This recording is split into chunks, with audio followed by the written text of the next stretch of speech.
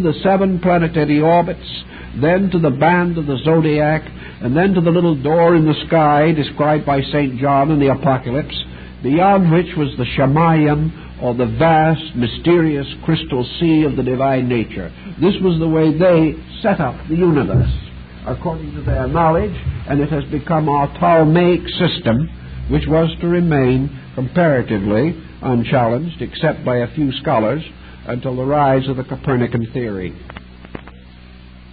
Now, the earth began to produce creatures according to its kind. And these creatures then began to represent an ascending order of life. The life which was locked in the earth in the process of descending through emanation began to rise again through emanation. And the Kabbalists believed that this ascending from the earth resulted in the kingdoms reaching upward from the earth toward their source, so that you might say there descended a great light or vitality from circumference of a great sphere to its center. In the center it formed the great eye, the eye of Ketha, the eye which is the eye of Israel, or the eye of the God of Israel, which neither slumbers nor sleeps, the great open eye that has no lid. This was locked in the midst of the lowest level of the emanation, which is the earth itself, as a seed. And the seed then turns and begins to grow. And the seed then begins to emanate back through the great septenary system to the source in which it came. Spencer calls the descent of this light into the earth, or this life into the earth, involution. And the ascent of it out of the earth and back again into its full space consciousness, evolution. And the seed coming forth from the ground is the mysterious verbum, or the Word made flesh, which we read about. For this is the parable, says Jesus. The seed is the Word of God. The Word of God was the creating power. Now, as this begins to grow and unfold, from the earth come the elements. Come water, fire, and air. And from the kingdoms of nature, from the earth, which is the mineral, comes the plant, the animal, and the human. And if we assign these to these steps going upward, we find then that the earth represents the earth. The water becomes symbolic of the moon. The element of fire becomes symbolical of Mercury. Of air becomes symbolical of Venus. And so up this entire ladder, but those are the only 4 elements that we have. So Paracelsus gives us the 5th, or magical element, the element of the elixir of life, Azoth, which corresponds to the 4th orbit of the sun. In the case of the various creatures coming out, earth represents the mineral, water or the moon represents the vegetable, the Mercury represents the animal kingdom, Venus represents the human kingdom, and then we have this other thing. This man who is not of the earth, but of enlightenment. And man himself divides into 2 definite orders of life, the earth man and the sky man. And man as a creature growing up in the prehistoric world, the man of the Neanderthal man, or the Piltdown man, or any one of these types, finally gives place to the man of wisdom and the man of light. And the true humanity of man is born when man is ensouled and becomes a living thing. And this carries him to the ring of the sun. And the enlightened man, therefore, stands in the middle distance between heaven and earth. And this same relationship is used in another analogy, where heaven becomes spirit, earth becomes matter, and man becomes soul. And in this system, the orbit of the sun is the orbit of the world soul. So we have deity descending from spirit through soul into body. we have man ascending from body through soul to spirit. And as these two great processes slowly merge and mingle, we have the great Gnostic system of emanations, in which divine life flowing downward meets the growth of itself out of the earth through creation, so that creation grows up toward the Creator, even while the Creator is flowing downward into the creation. These are finally mingled in the Chinese Yang-Yin symbol, or the flowing half circles, to result ultimately in the re-identification and absolute unity and unification of creature and creator, so that finally both become again the indescribable unit, the one that can never be broken or lost. And of course, yoga in India is simply a name for this motion upward to union with cause. So the emanation theory is man emanating more and more spiritual overtones until he is brought again into harmony with the divine life, which is his true substance and nature. This is the way both the Gnostics and the Kabbalists attempted to explain the bridge, or the bridging across of the two extremes of spirit and matter. We have to use the same thing even when we think of man as spirit and matter. When we think of man as a spiritual entity, we must regard him as a space being. We have no way of knowing what he is, what he looks like, what he is going to do. He is locked in the inscrutability of his own absolute abstraction. But man, by the process of involution or descent, gradually clothes this inscrutability with an increasingly tangible vestment, until finally at birth he stands embodied, which means that his life principle has gradually built around him various psychic fields, has communicated these psychic and rational fields with his outer body by nerves, by arteries, by veins, by endocrine units, and all this type of connective tissue, so that finally that which is within man as more than body is finally able to express itself outwardly in the material world. This is where the Kabbala uses the analogy of the microcosm to express the creative processes of God. Now, man, having been born, is then, we might say, like the seed of God buried in the earth. The seed of his consciousness is buried within him. Gradually he must gain control of this body. Gradually, through growth, he must find the unfoldment of the life within himself. Through education, through culture, through civilization, we finally discover that he comes into some type, not adequate, but some type of maturity. And in this maturity, he reaches the point of self-direction. He reaches the point of self-determinism. We say that he is adult. We say that he is now ready to take on the living of his own life. He has become an individual. And individuality is one of the keys of the sun symbolism. For in ancient astrology, the sun was the symbol of individuality. So it means that man has reached upward on this ladder now until he has united himself with the sun, which is in the dead center of the ladder. 3.5 rungs from the bottom, 3.5 rungs from the top. Thus, in the attaining of this, man reaches, theoretically, into the state of soul existence. Man has become, by evolution, a living soul. By this is further implied that in the process of evolution, man has released soul power, that he is gradually growing into a psychic entity rather than into a physical entity. It is interesting, therefore, perhaps, that within the last 50 years, man has begun to labor with the problem of soul identity. He is more and more interested in what his soul is. He is no longer willing to think of this soul merely as a theological abstraction. He is beginning to say, what do we mean by soul? And out of this subject he has evolved the subject of psychology. And psychology, while it is now largely concerned with mental phenomena, was originally, in its classical meaning, the science of the soul. And even today, considering mental phenomena, it could well be stretched to mean that it is the science of the person living in the body.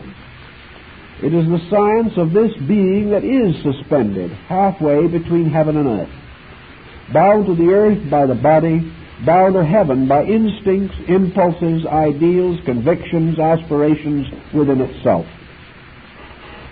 So it has always been assumed that the human race, in its highest aspect, was the embodiment of soul.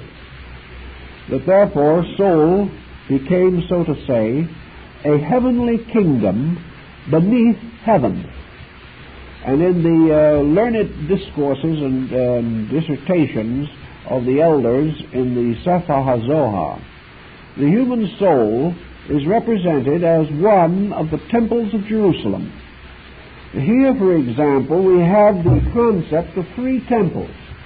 The Muslim and the Hindu have the same idea, namely that on the earth, on the rock of Moriah, on the threshing floor of the Jebusites, stands Solomon's temple, or stood Solomon's temple in the ancient days. This was the earthly temple. In the heavenly world itself was another temple, which was the living habitation of deity, and it was suspended above the earth over the site of Solomon's temple, such is discussed in the Zohar. But this is the temple in heaven, of which the earthly temple is a worldly shadow. Then there is a third temple, which is the temple of man's own soul, and this is suspended between the other two, making the triad. Thus, beneath the temple of spirit, suspended in the midst of the system, is the temple of the soul, found in Christianity in the account of the transfiguration of Jesus. And beneath that, on the rock Moriah, is the physical symbol of the congregation of Israel. So these three temples represent the three great places or stations of worship. They represent the temple of nature. They represent the temple of man, and they represent the vast temple of heaven itself. And also we have the concept that the whole creation itself is a sanctuary. That this sanctuary is again reproduced in man, where the heart is the matchless altar of his soul. And in nature also, in external or exoteric worship, the temple becomes the symbol of the congregation of the faithful. It is the ecclesia of the early church. It is the temple that is not made of stone, but made up of the body of the congregation, which uniting produces a certain spiritual mystery, which is again discussed in the Zohar. But for our purpose of emanations, then, we have the concept of two irreconcilable opposites, so to say, not reconciled by coming together, but each one by giving something. It is a reconciliation of two friends, in which this means that we must bear and forbear. That if our friend takes a step toward us, we must take a step toward him. And therefore, by our tolerance, by our temperance, by our understanding, we come finally to meet in middle ground. And in the Zohar, it is also called the emanationism by means of which the family is made possible. Because if two human beings decide to live together, and neither will give anything of themselves, but will remain completely isolated in their own authoritarianism, there can be no home, and there can be no real family. A home and family must be the result of a certain series of emanations, in which each person moves a little from his own position to a common ground. And in the Chinese philosophy, of course, we know that the Chinese held that when heaven and earth met on common ground, the result was man, the child of heaven and earth. so that man is in a mysterious way a symbol of the reconciliation of opposites. He is also the symbol of the ground in which the divine and natural emanations mingle, thus making man a unique creature in a way, or any other creature that attains this level becomes in itself unique because it is in equilibrium. It is the only kingdom which is mid-distant between superior and inferior, and is the one in which it is perfectly possible for the psychic life to tip either way according to the inclinations of the temperament itself. The Egyptians held this also, for declaring the soul of man to be balanced at the middle point of a pair of scales. If this individual inclines downward by his conduct, drifting into material or negative conditions, then the soul falls. If, however, the individual, by the extension of his consciousness, raises himself to a higher level, then the soul is lifted up toward God. And man is the creature who, by the quality of his own conduct, can raise or cast down his own psychic life. He does this by uniting the psychic life with the body, which is to cast it down, or to unite his psychic life with his own spiritual core of conviction, which is to raise it up. This problem, then, of being raised up or cast down becomes a constant alternation in the life of man. At any moment, some part of man's nature may ascend or descend. In moments of selfishness, something descends. In moments of altruism, something ascends. In moments of hate, again, something descends. In a moment of love, something ascends toward truth or principle. All values, therefore, which are good, result in the rising of the soul towards its own next spiritual state, greater proximity to the substance of truth. Whereas all infirmities of the soul, or delinquencies of character, cause it to incline backward towards its physical or natural origin, and is therefore a regression in terms of man's achieved condition in the world today. So here we have a little concept of how the Kabbala handles these particular problems.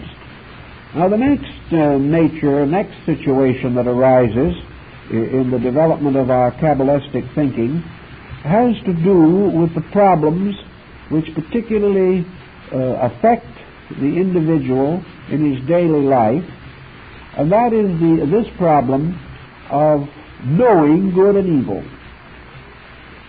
We have said that if man does good, certain good comes. If man does ill, something ill happens. But we have learned this mostly by trial and error. And as each individual is an individual, and we are not even sure that man is capable of learning by the experience of others, it would seem as though humanity from the beginning to the end must continue to make its own mistakes, that each person must, through trial and error, discover those ways that are right. This becomes a very long, difficult, dragged-out situation. It would make it seem as though each individual must go through the whole gamut of mistakes before he is capable of a virtue. To a measure, perhaps, this is justified, but the Kabbala takes a little different viewpoint on it, and perhaps is able to give a certain consolation. There are two kinds of mistakes that the soul can make. One of these mistakes is that which results from inability or unwillingness to obey or follow the approved laws of its kind. Soul collectively creates culture.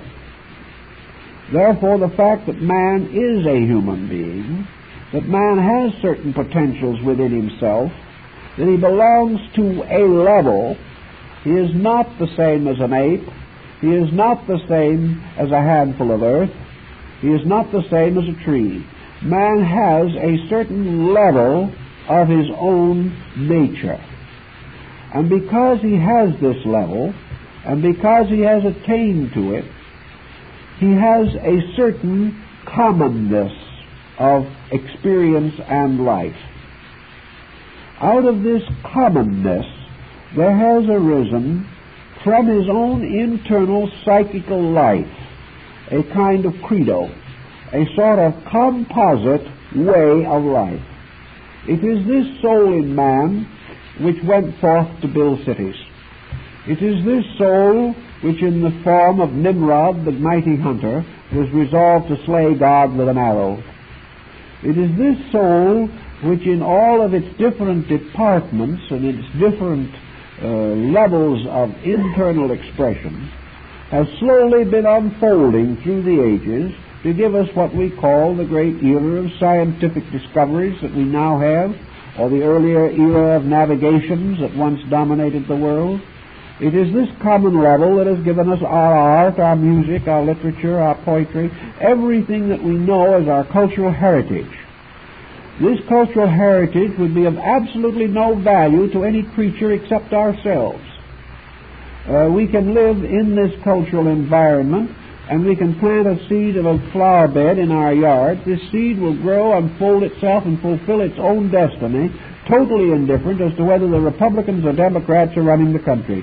It is outside of that plant's need, outside of its experience, outside of anything that it can use. Therefore, it simply does not respond to it. Also, the plant, having not as yet attained to certain levels, has needs that we have forgotten, and therefore which we cannot entirely understand or comprehend. But man, because he has created a cultural system such as he has created all types of psychic and philosophical institutions, educational systems, and so forth to meet the general level of his needs. Now, man, according to the Zohar, breaks within his own level into many sub-levels. And there are 49 levels of human function recognized in the ancient writings. And these are brought together by the mystery of the 50th level, which is the God-man. So that the individual, therefore, has 49 different levels of essential humanness on which he can function. These levels ascending from the most primordial human individuality to the highest conceivable human individuality. Yet regardless of these 49 levels of difference, all these creatures are human.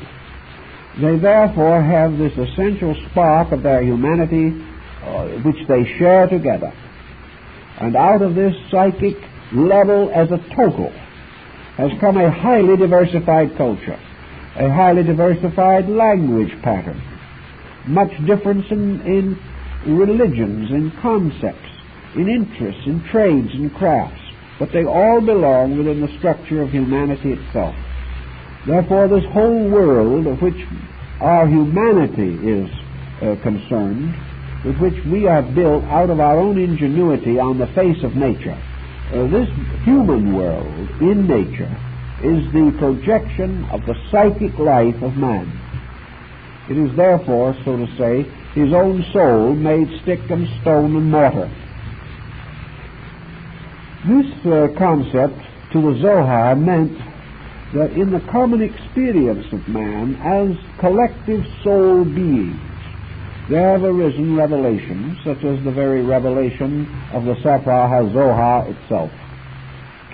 The wise and the good have given us certain instructions, certain keys. We have a general, basic knowledge of the machinery of the human soul. We have a certain general, basic knowledge of the direction in which man should go. Today we are very much concerned about the way in which man is going.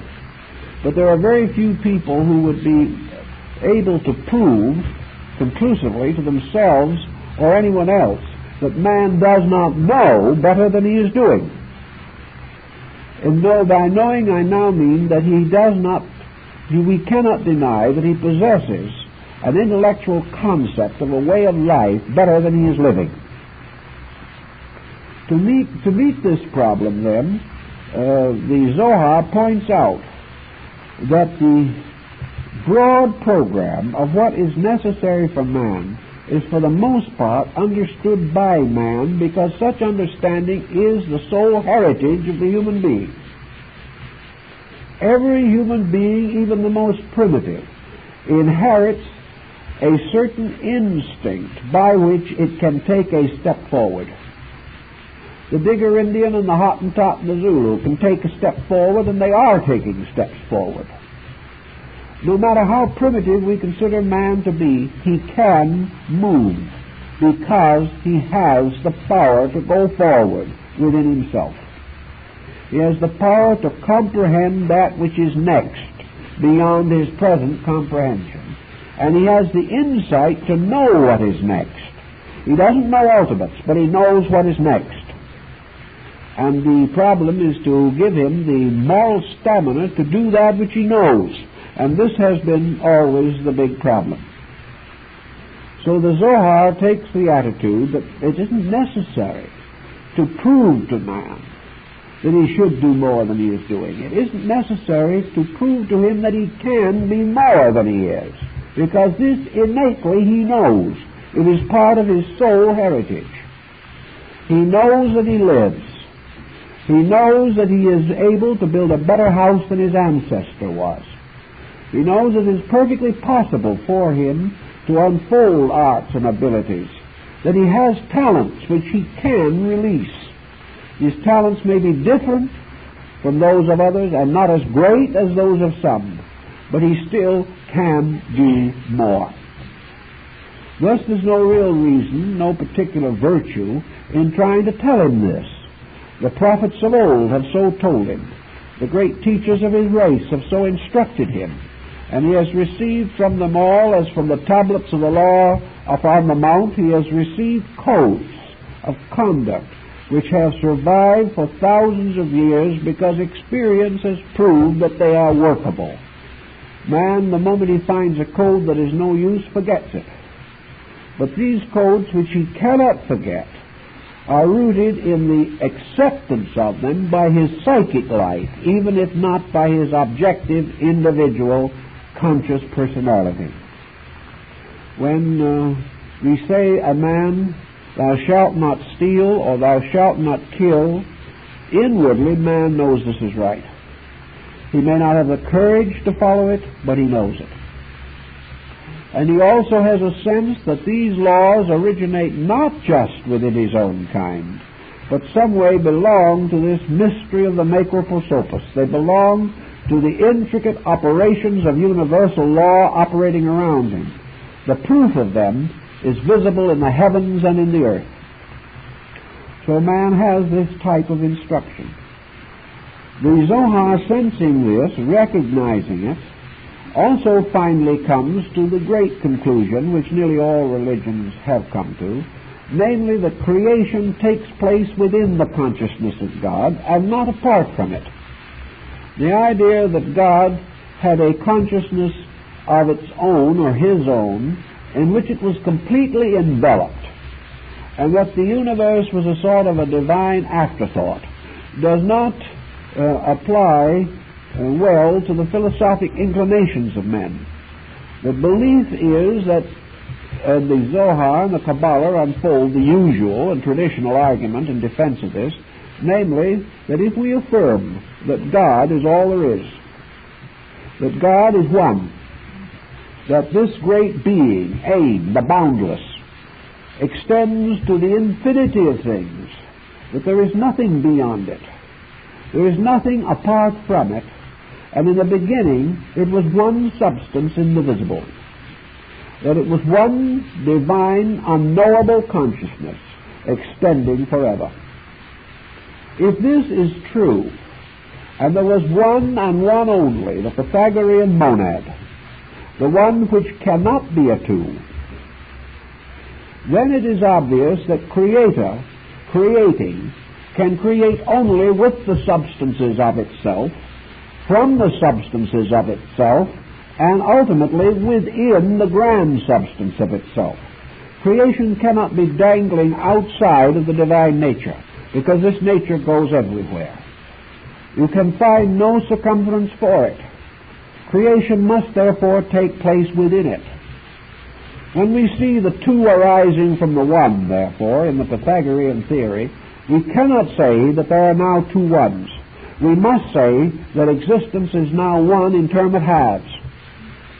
That the universal creating power divides within itself, but itself is never divided. Therefore, multiplicity arises within unity, but multiplicity does not overwhelm and destroy unity. The one always remains, just as the infinite multiplication of cells in the human body must always take place within the original germinating cell. And from the walls of the original cell must be and will be ultimately formed the skin which covers the entire body. The cells multiply within the cell, but the original cell is not divided.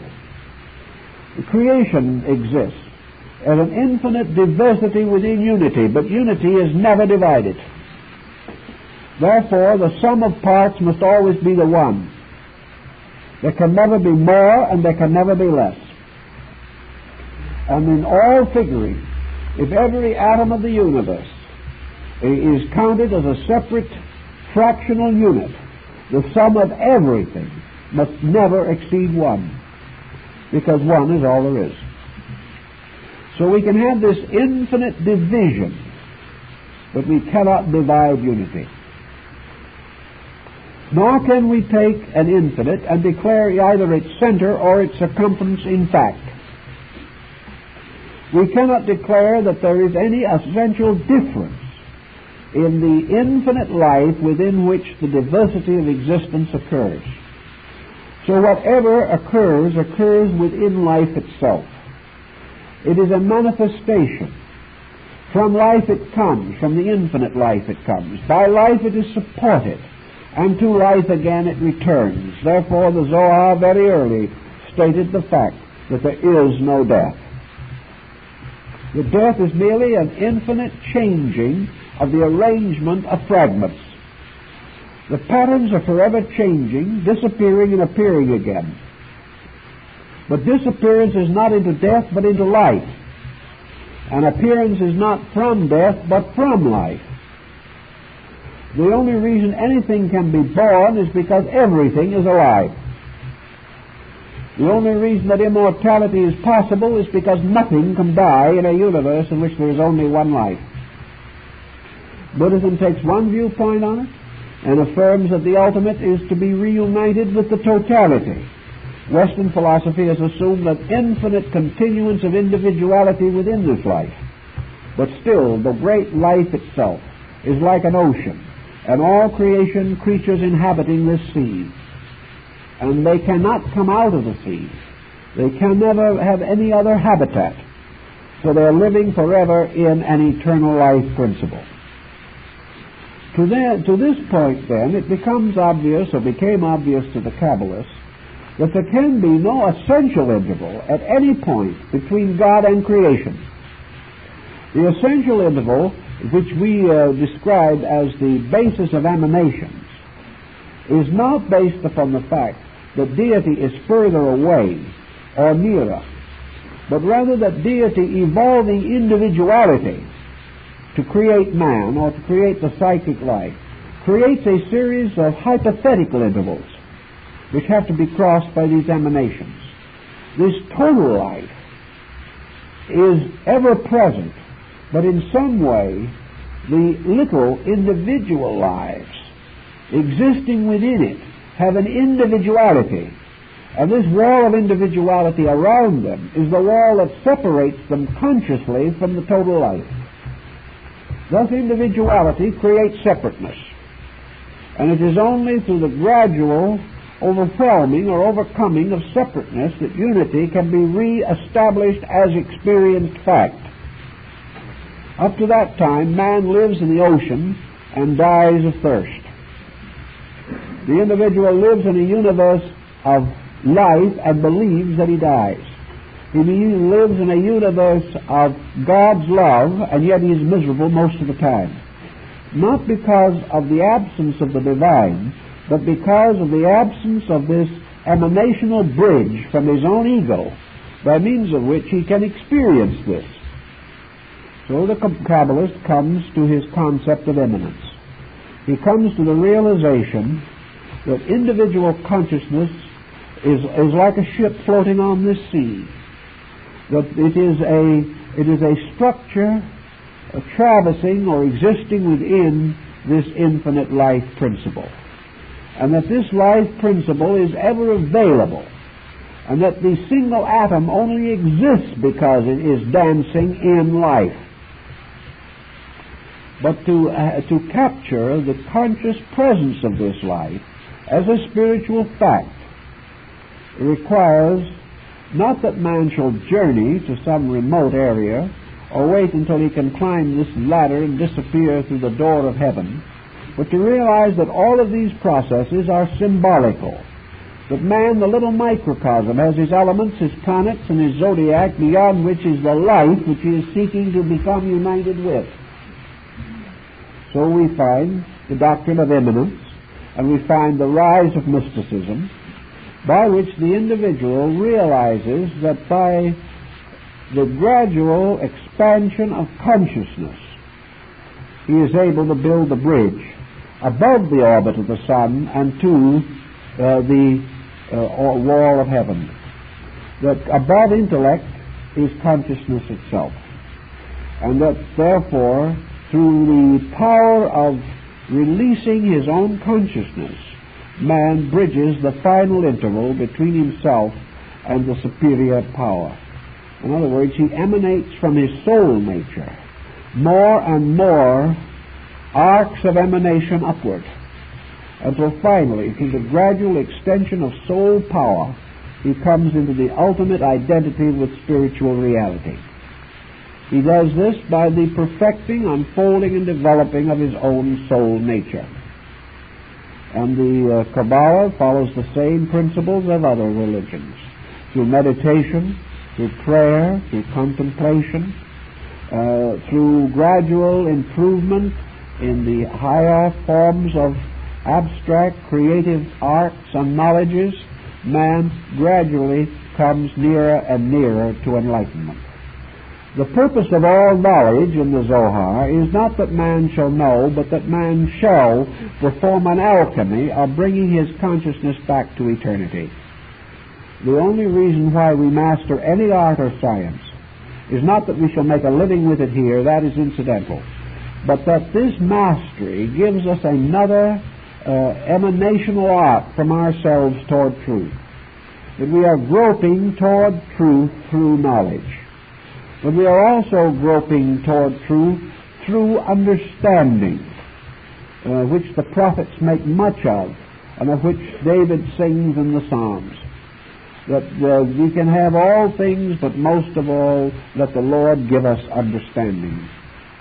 Understanding is an ability to accept. To understand is to grasp the full meaning. To grasp the full meaning is to experience this meaning within ourselves. And in the Zohar and in the Old Testament also, nearly everywhere where the word understanding is used, what we term the mystical experience is implied. It is the individual suddenly becoming vitally and livingly aware of the nature of that which is superior to himself.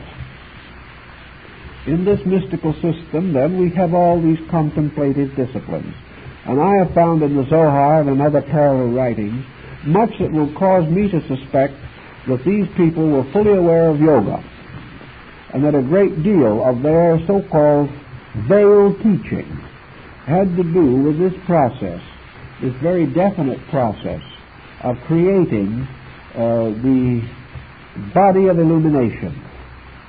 In the Muslim philosophy, for example, the prayer rug is the magic carpet. It is the symbol of the power of consciousness to carry the individual through the various strata of the universe. The prayer rug, was, as might be suspected, is where the man kneels during prayer. And prayer is his unworldliness. It is while in this inward communion that he is lifted up upon the symbol of the magic carpet, his prayer rug, and carried to various parts of the universe of conscious internal experience, not physically carried from one town to another. In the Kabbala, we have the equivalent of this prayer rug in the Merkaba, or the chariot of righteousness, described by Ezekiel. The chariot of righteousness is, in my feeling, the structure of what the Hindus call the yoga. In other words, it is a series of disciplines which becomes the vehicle by means of which man is lifted up into a transcendent experience of consciousness. The ancient prophet was picked up in the Merkaba and carried to heaven without death. And this was the symbol also of Al-Barak, the mysterious creature that carried Muhammad on his night vision to Mecca.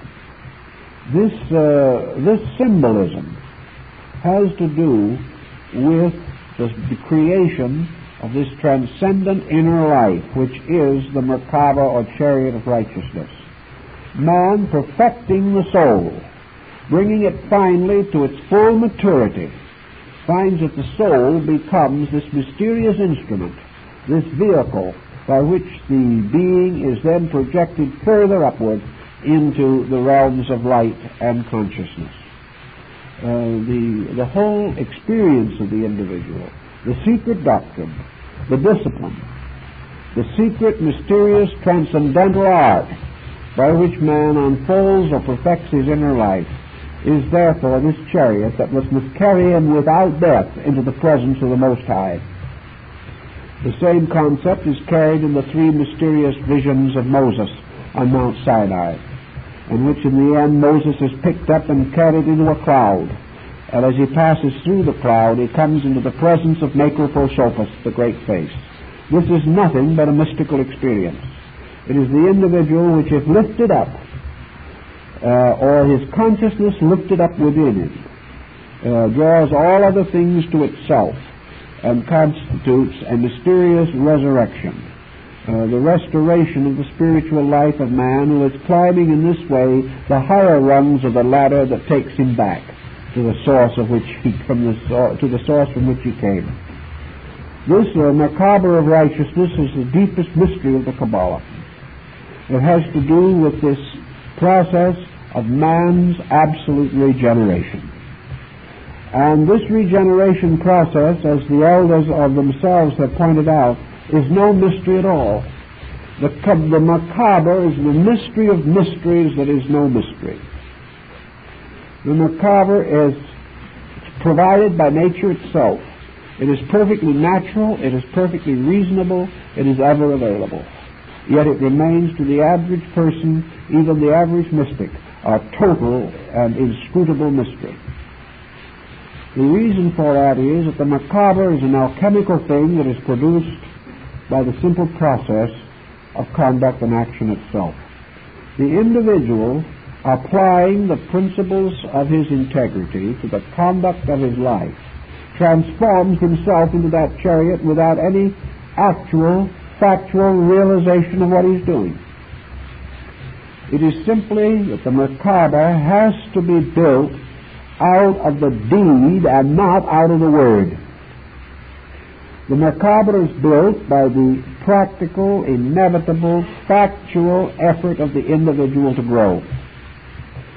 It is not what he hopes he will accomplish, what he was going to do sometime. It is not these principles which he loves sincerely and disobeys continually. This is not the answer. The Merkaba is built when the individual, by dedication, begins the actual practicing of the virtues which he affirms to be true. As he achieves these virtues, as he makes self-discipline the law of his life, as he gradually and victoriously triumphs over the limitations of his own attitudes, as he corrects his faults and advances his virtues, he transforms his own psychic life into this chariot of righteousness. So that's what it is. It is a chariot built of his own righteousness. And by this building, he is lifted up or carried without death into the mystery of the Macroprosopas, or the presence of the Great Face. It means that not necessarily does his physical body continue forever, but that without the obscuration of death, without fear of death, because of gradually increased inner realization, and because the mystical experience of eternal life becomes the great reality in him. The individual, without fear, without doubt, or without the experience of transition, lives part of an eternal life in an eternal universe. The realization of this is the end of death. The end of death is not that we no longer die. The end of death is that we no longer accept the idea of death itself. From the moment that is gone, through experience, not through affirmation, but through conscious experience of the meaning of life, the individual has achieved within himself his own immortality. Now, these are the substances of the doctrine, and I have drawn them very largely from the notes and the opinions of Baron von Rosenroth. So this will give you a little summary of the doctrine which he attempted to promulgate in the 17th century, and perhaps you will now appreciate some of the difficulties that he ran against. And thank you very much. We hope to see you again next week.